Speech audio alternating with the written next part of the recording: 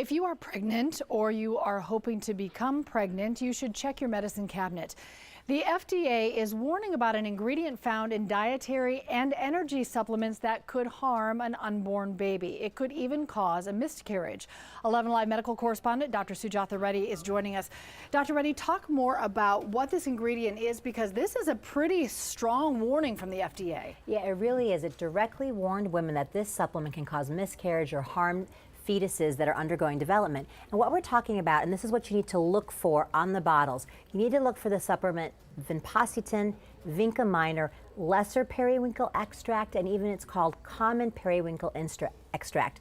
And this is actually a prescription in some countries, but in America, because it's added to supplements, it is not regulated by the FDA, and thereby it's never been tested or studied.